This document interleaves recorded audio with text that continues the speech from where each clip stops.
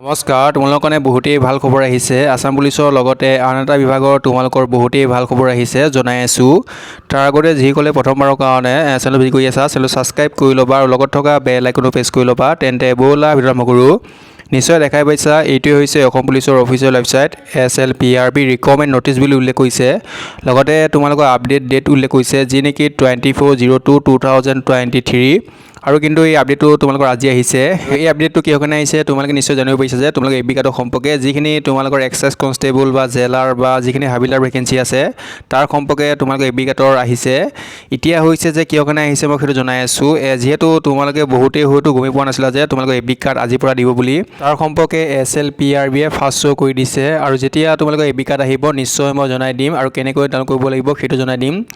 এতিয়া 2 নম্বৰ খবৰটো দিব লাগিছোঁ। 2 নম্বৰ খবৰটো আহিছে SSC ফালৰ পৰা। এইটো হৈছে SSC অফিচিয়েল ৱেবছাইট, নিশ্চয় দেখাই পাইছা। উল্লেখ কৰিছে তোমালোকৰ লেটেষ্ট নিউজ February 24, 2023 24 ফেব্ৰুৱাৰী তাৰিখে আহিছে। যোৱাকালি আহিছিল, ৰাতি আহিছিল। লগতে উল্লেখ কৰিছে new important notice combine graduate level examination 2022 tyre 2 ৰেগাৰ্ডিং যিসকলে কম্বাইন গ্ৰেজুৱেট লেভেলৰ এক্সাম দিছিলা টায়াৰ 1ৰ তোমালোকৰ টায়াৰ 2 কাৰণে এপিয়াৰ হ'ব দিছে। আৰু কেতিয়াৰ পৰা হ'ব সেইটো জনাই দিছে। নটিচটো দিয়া হৈ আছে, মই শ্ব' কৰি দিছোঁ, নিশ্চয় দেখাই পাইছা। ভিডিঅ'টো ইমানখিনি আছিল, ধন্যবাদ।